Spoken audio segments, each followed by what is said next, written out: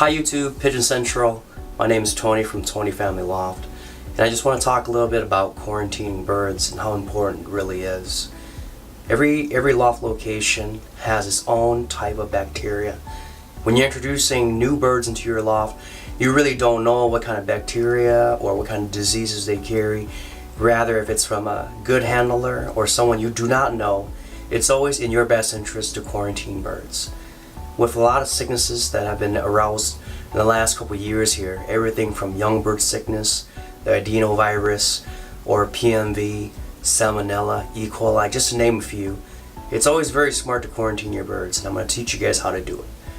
First, what I like to do is when I get a new bird, I bring it inside, I inspect it for mites or lice. If the birds have mite or lice, what I normally do is I take the bird, spread its wings, and I use Bronco spray, which it can be purchased at any flea farm local by, and spray the bird under the wing, on top of the wing. I spray the tail, both sides left and right, and I put a little bit on the breast, and that's how I solve that issue. The next step in the quarantine process is to set up a quarantine location. This location I highly recommend to be away from the lofts. I would set up a quarantine cage. Make sure that this cage has a wire bottom floor so you can daily monitor the droppings of the bird.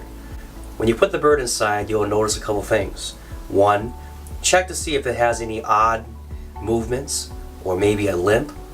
Make sure the bird's active, eating well, drinking well, and watch for the droppings. Check for loose stools, discolorations, which you might get a little bit from stress or shipping, because the bird's been transported from location to location. So don't be alarmed on the first initial day.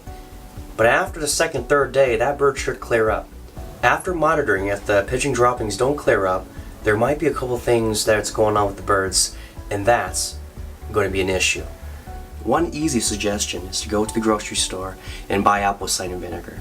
At 1 tablespoon per gallon, it'll work wonders. It'll help for the immunity of the birds and even stiffen up the stool.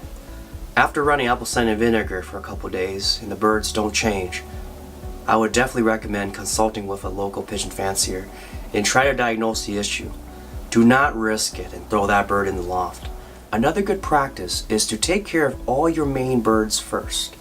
Make sure that you do all the cleaning, all the feeding and watering of your main birds before you enter the quarantine or isolation center.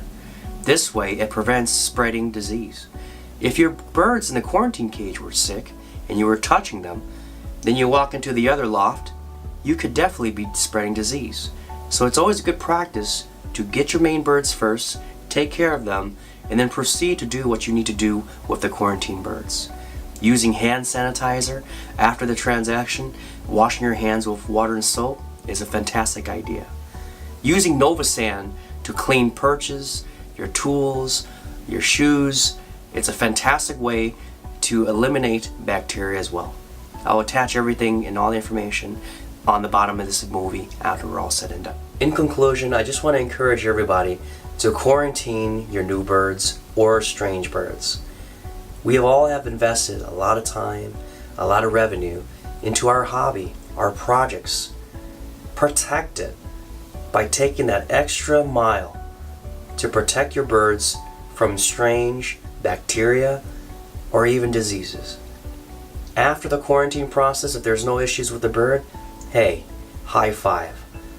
But if there was, you could have prevented a disaster. To the next video, Tony from Tony Family Loft.